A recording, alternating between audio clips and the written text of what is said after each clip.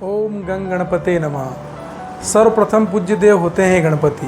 गणपति जी की आराधना करने मात्र से जीवन में हमें सभी प्रकार के सुख समृद्धि की प्राप्ति होती है, ज्ञान की प्राप्ति होती है और हमारे संकटों का नाश होता है।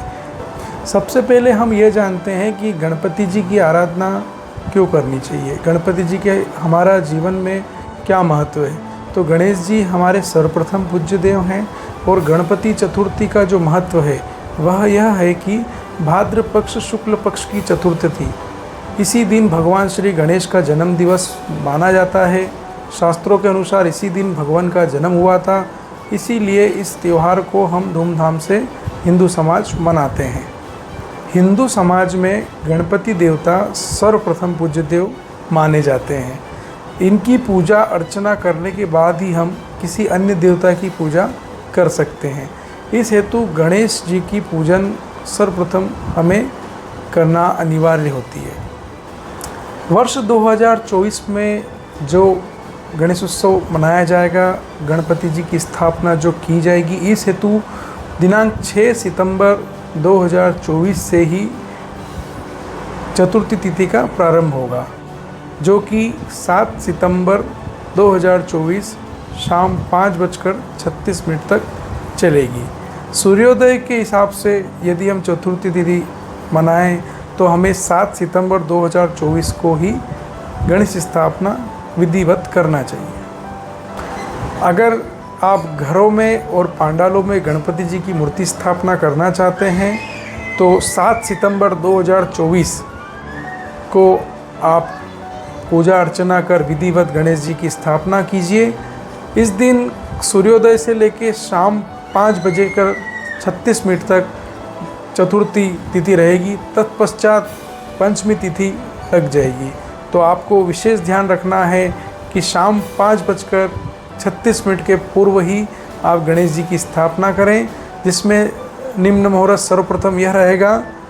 आप सुबह 7:30 से 9, प्रातः 7:30 से 9 का मुहूर्त शुभ का रहेगा और दोपहर में 2 मुहूर्त रहेंगे, जिसमें 1:30 से 3 और 3 से 4:30 में शुभ और लाभ के चौकड़े में आप गणेश जी की स्थापना कर सकते हैं।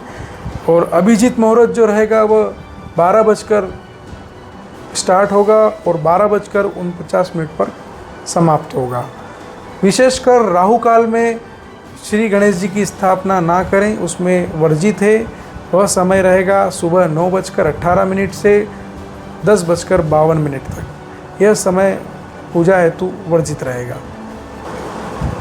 इस बार पड़ने वाली गणेश चतुर्थी पर विशेष योग बन रहा है ब्रह्म योग का, साथ ही चित्रा नक्षत्र में रहेगा, जो कि एक बड़ा अद्भुत संयोग है। ब्रह्म योग में गणेश जी की पूजा अर्चना करने से मनुष्य के जीवन के समस्त संकटों का नाश होता है, साथ ही उसको गणेश जी का आशीर्वाद प्राप्त होता है। आपको चयन के दौरान ये ध्यान रखना चाहिए कि गणेश जी की प्रतिमा बैठी हुई रहे तो ज़्यादा अच्छा है, साथ में हमारे मूषक राज रहें तो काफ़ी उत्तम रहेगा। यह आपको मूर्ति चयन में विशेष ध्यान रखना चाहिए। मूर्ति चयन करने के बाद आप विधिवत जो हमने जो मुहूर्त बताया उसी पे आप स्थापना करें। स्थापना के दौरान आपको सर्वप्रथम लाल सफ़ेद कपड़ा बिछाकर भगवान की स्थापना करनी चाहिए।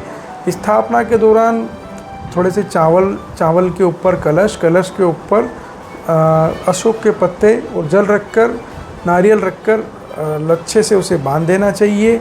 हमें दीपक जला देना चाहिए। इसके साथ ही हमें भगवान को जनेऊ अर्पित करना चाहिए, दुर्वा अर्पित करना चाहिए, फल अर्पित करना चाहिए और पीले फूल अर्पित करना चाहिए। भगवान को मोदक पसंद है तो मोदक मिष्ठान अगर आप भोग में लगाते हैं तो अत्यंत गणेश जी शीघ्र प्रसन्न होते हैं।